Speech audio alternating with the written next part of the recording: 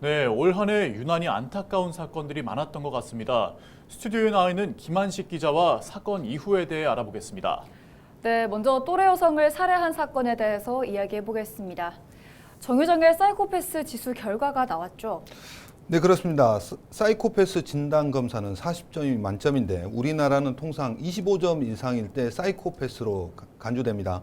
그런데 정 씨의 점수는 8명의 여성을 납치해 연쇄살해한 강호순보다 높은 28점대로 나왔습니다.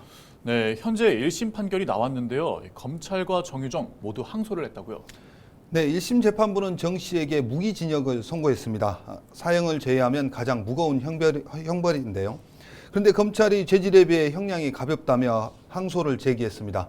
여기에 정유정 역시 형량이 과하다며 항소를 제기한 상태입니다. 양측이 각각 항소하면서 2심 재판이 현재 진행 중입니다. 네, 정말 끔찍한 사건인 것 같습니다. 이번에는 유령 영아 사건에 대해서도 한번 짚어보겠습니다.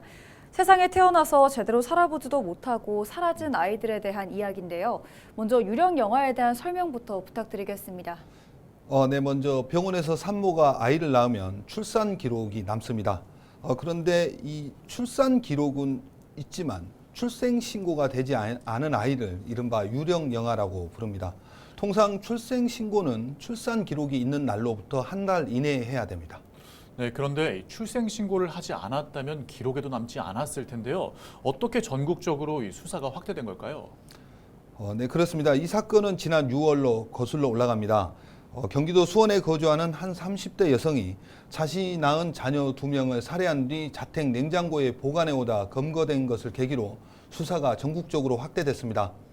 경찰청이 확인한 결과 지난 2010년부터 올해까지 출산 기록은 있지만 출생 신고가 되지 않은 유령 영아는 3,240명으로 나타났습니다.